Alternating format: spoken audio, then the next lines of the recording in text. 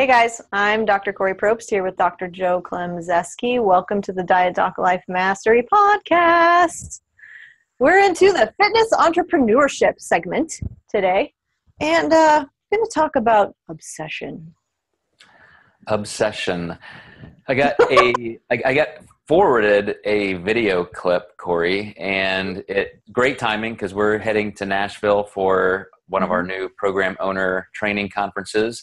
And I just, this is a topic that of course I love, first of all, just being in fitness entrepreneurship, but you and I possess these traits in spades. And I want to talk about the pros and cons of having a single-minded obsession about anything. But of course, we're going to discuss it in the context of being the best you can be at something, absolutely trying to figure out how to work in your passion, whatever you are so obsessively concerned with, into your career. And you and I have both done that, but we started a few years ago. And so I want to kind of conjure up those early thoughts and maybe habits that you had. Okay. So here's how all this started. Callan Richardson, who is our Diet Doc program owner in Launceston, Tasmania, Australia, he forwarded me this video clip from Mike Israetel, who he's a professor at Temple University in physiology, and he works with athletes to incorporate better training methods, does a lot of research, and is a big voice in our industry right now. So Callan asked me, hey, I don't know if you know Mike, but I really like him. Do you like his stuff? He was asking my opinion, and he sent me this video. It was a professionally done video of about 7 to 8 minutes of Mike just basically saying, this is who I am. And I know of him, and I know he is, of course, just immersed in the training side of our industry. But this was an interesting little window because the story he told is the story of all of us. It's my story. It's your story. It's Albert Einstein's story. It's Bill Gates' story. Anybody that has ever completely focused on one thing and pushed everything else to the side. Yeah. Again, there are pros and cons to this, which I want to explore with you. But tell me, if you don't mind, in your earliest days, when you also majored in exercise physiology and became a personal trainer and then transitioned to counseling and psychology and nutrition, along the way, you figured out a way to make this your career. So that initial passion that just made you decide, this is it. This is my life goal. Tell me how that came about. It didn't come about with me thinking this is my life goal. Okay. That was not my thought. Not at all. I went into exercise physiology after deciding that I probably could not make it as a singer. I wanted to be a professional singer, Joe. That was my passion. That is what I thought. I want to do this for the rest of my life. I'm not doing that, clearly. And then, I mean, we could tell the whole story if we wanted. That would be very, very long. But through a series of experiences that had me not trusting myself, choosing goals based on what other people told me would be a good direction to go in, and then really going through some difficult times that kind of shifted my desire to learn about different things. That's how I ended up where I am. And choosing exercise physiology through a series of very personal struggles and wanting to understand myself better. And that is exactly part of the genesis of, I think, everybody's story. So Mike said the same thing. He said, I grew up feeling worthless. I grew up feeling like, I'm not going to be anything or anybody. He was at the bottom academically that you could be in his high school, just flunking out, not doing anything. And then he said he got diagnosed with ADD, ended up with the right medication. And then he graduated with honors, went on to do a PhD, and now academics is his life after feeling like, compared to everybody else, and we know what comparison does, I'm nobody. And so that created that fuel to do the opposite. And again, that was my story. I was, this chubby little unathletic kid who wanted a different life, and the story. So by the time I'm 12 years old, I'm obsessively lifting weights, learning everything I can. I wanted to be the best baseball player, so I became a great baseball player. I wanted to be a good bodybuilder, so I worked until I became a pro bodybuilder. And even as a teenager, I was designing training systems to beat the system. I was like, I know I can do this better. And Mike describes the same thing. Is, he uses phrases in that biographical video of wanting to be a freak. I want to be the best. Nothing gets me more excited than going in and pursuing something better in the gym. And even academically, he said, if I'm not creating something, if I'm not writing, preparing, building, creating, I feel like I'm not doing anything. I feel like I'm a nobody. And that's what I mean by, anybody who does have that desire to be the best, I think it really takes that, but there's a sacrifice, and you have to know if it's worth the sacrifice. And then at some point you have to decide how to bring those walls back down a little bit, I think. So there's this constant struggle between, if you want to be the best, you have to do more and do better, but then you also want to have a little bit more of an inclusive life than just that. What do you mean inclusive? Well, inclusive of other things. I did all the things I set out to do with my career, but I also reared, 4 amazing children. I have sacrificed, part of my career, what I could have done to build other parts of my career. I've done other degree programs, in writing and psychology and all that kind of stuff. So there is a point in time where you say, okay, I'm here, I'm doing what I want, but maybe I do want a fuller life than just this. And so asking what is it that is truly important to me, and what things do I want or need to let go of in order to pursue those things? Yeah, I agree with you there. I would ask you as a psychologist, we all want to have the best of both worlds. We want to be that person. We want to be that person who owns that category, but we also want to have our fun. We want to have our cake and eat it too. So how would you sort that out? If I was a client of yours and I wanted both, what would your advice be? Well, I don't know what you're wanting right now. Have your cake and eat it too. What does that even mean? What is important to you? Well, I want to be the best at whatever. I want to be the best guitar player in the world. I want to be the best singer in the world. I want to be the best nutrition coach in the world. Okay, where are the barriers? What's stopping you? Nothing. I'm doing that. You are? What are you doing? But I also feel like maybe, and I'm just role playing with how somebody may see this, will that in your experience hurt other parts of my life? When you see somebody, and I'll continue to use Mike as an example. I don't know if he's married. I don't know if he has kids. I don't know what his life is like, but he's 33 years old, and he is working night and day to build what he wants to build and be who he wants to be in that category. So is that okay for you? Is that healthy as a psychologist? If it's healthy for him, then it doesn't necessarily matter what I think. If he has reflected upon the things or other parts of his life that he is choosing not to focus on, and is willing to put those on the back burner for a while, okay, I can't make that decision for him.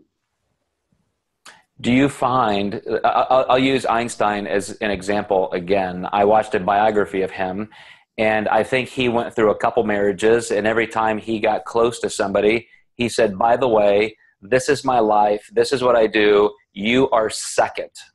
And he made that very clear, and he lived that way. And I'm just asking for your clinical experience. At the end of his life, do you think he looked back and said, hey, that Nobel Prize was worth it to be a lonely, cold guy? Or maybe he wasn't. I mean, maybe he he was perfectly happy. Maybe he did, right. And maybe he was of the belief that the partner that was going to be appropriate for him would be the one that was fine with him putting other things first. Like, I think it's very valuable to have that level of understanding about yourself. If that truly is going to be your tendency, if you have that much drive, like if that is such a high need for you, then yeah, you better be able to, when you are communicating with a potential partner, tell them, like, this is what I do. This is who I am. Then they have a choice. They can be like, yeah, that's not going to work for me. Like, I have a really high need for intimacy and lots of attention. Like, that partnership's probably not going to work. Or if, like, I have a very high need for growth. I need to be involved in something all the time that I feel like is challenging me. If I had a partner right now who was always asking for my time and attention and had a very high need for connection, that's probably not going to work out so well. So I would have said to Einstein, like, let's discuss what your needs are. What do you understand about yourself? And, you know, with that understanding, how are you going to approach these other areas of your life? Who are you looking for? And how are you going to be compatible? So I think that's a perfect answer, and you surprised me with this one, but kind of not, because you instantly started asking me questions about my life, and instead of saying, yes, this is the way to do it and this is the wrong way, you said, here's why everybody's different. And that brings me to a point where I'll say, this is what I did, because I knew there was a cost. And so if I look back at my life, as soon as my youngest son was in Little League, I stopped golfing and riding my bike long distance. I sold my racing bikes, and I haven't had one since, because my youngest daughter is now 16. So we went through about 20 years of child rearing where I gave up one thing at a time to make room for what I did not want to sacrifice, which was my family. But I did keep that sole directive focus on what I wanted to build as an entrepreneur. So I knew there had to be sacrifice, and I just made the sacrifices I wanted to make, still including what I wanted to keep close. Yeah, I think, Joe, what you're getting at is, it's almost like you asked yourself, is there another way that I can get this need met? Does it have to be by doing this? Does that make sense? Well, what I want to offer to our listeners and our viewers is, I do think there has to be that laser sharp focus that is totally unwavering, but you do have to realize there are costs and sacrifices. And I see too many people who get to the end of their lives, and yes, they might have accomplished one thing or this or that, but in the process, they realize how alone they were in that, how none of that necessarily remains. And you have to ask yourself, was my life the life I wanted to live? Did I do that? Or was it just for ego needs? Did I have to conquer this mountain for some reason that wasn't really the most important? I think those are questions that are much better to ask at the beginning than at the end. No, I completely agree with you. And, you know, as you were talking, I'm thinking about how I have, like I said, I have a high need for growth, but I recognize that I'm not super keen on doing a lot of things by myself. It's very, very important to me, because another need is connection for me. I want to do it with another person. I want the shared experience. That's not universal for all of us at the same level. So I remember early on, after graduate school, when I was like, I want to go into private practice, but I don't want it to be private. I want a business partner. I want to do this with, one of my other classmates that was also a therapist. That was really, really important to me. So move forward, I had done therapy for a while as part of a team, and that's what I loved. And then when I got out of that and I was just doing personal training by myself, writing by myself, then I started to compete by myself.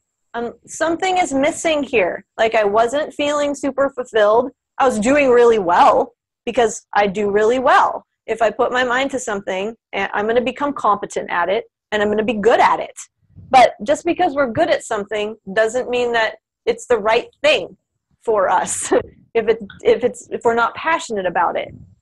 So I start competing, and then I contact the diet doc, Dr. Joe. I meet him. He starts coaching me. And I'm like, oh, there's this shared experience here. This is pretty freaking awesome. The collaboration. Now I'm feeling more fulfilled and animated and galvanized and energized. Then I come on board at the diet doc. Now I've got a partner. I've got a partnership. And that, just that connection right there, it meant everything to me. I could conquer the world with that connection. So I think we really have to begin understanding ourselves and what our core needs are for fulfillment. We can do awesome. I can do awesome by myself, but the tone of that and the emotional content of that is not going to be nearly as fulfilling for me. And I think for a lot of entrepreneurs out there, they have this limiting belief that they've got to do it on their own. It doesn't mean anything unless I do it on my own. I will do this. Well, let's get in touch with where that comes from and if it's in your service first. If it's not in your service, you need to commit to letting that old, crappy, ineffective belief go and choose a new one that's really going to help you maximize your knowledge and your efforts to ultimately get there, like you're talking about, Joe, and accomplishing what you want to. Yeah, I think that's a great tangent to understanding that even as you're trying to become the best that you want to be, that including other people is going to keep that fire burning brighter and make sure that you do have that shared experience. But what I want to do, because we're getting ready, I know you're getting on a plane tomorrow, and we're going to be in Nashville for our Diet Doc new program owner training conference. We do these every couple of months. And I certainly have on my agenda to talk about this topic. And I think Mike Israetel, I believe I've actually met him at the ISSN conference one year, but he provides that great example of somebody who not only did he have the hunger to be the best at something, he did what it took, to go through the rigors of, a doctorate and then teaching at a university and continuing to be in that world. That is that single-minded focus it takes. And even though I'm saying, figure that out ahead of time, make sure it's going to be the life you want to live, make sure you stay on the same trajectory you want to be on, it still does, especially in this world, in this economy, matter that people see you as that expert and not that you're just putting out marketing material to show yourself as an expert, but that you really back that up. And I think that's an important lesson from Mike. And, he's truly, making an impact in the sport because of that. Well, yeah, I think there's a big difference between someone who is like the one-trick pony and the people that we can really trust because we understand that they've done the work, they've gotten the education, they've spent the time and the energy to really hone their craft and I mean, level up the skill and the knowledge and the application. Correct. So, all right, I know a lot of our program owners watch this, and we have some current program owners as well as new ones coming to Nashville. So we will see you guys this weekend, and we're going to talk about all kinds of amazing stuff, even Dr. Adam Martin, a pharmacist and the Diet Doc owner of North Pittsburgh, will be there and sharing some of this. So we'll again have some information on how we will be exporting some of our conference out to you guys through Adam, at least for this round. And we will see you again in a few days with some new podcasts from Kori and me. All right, guys. Thank you.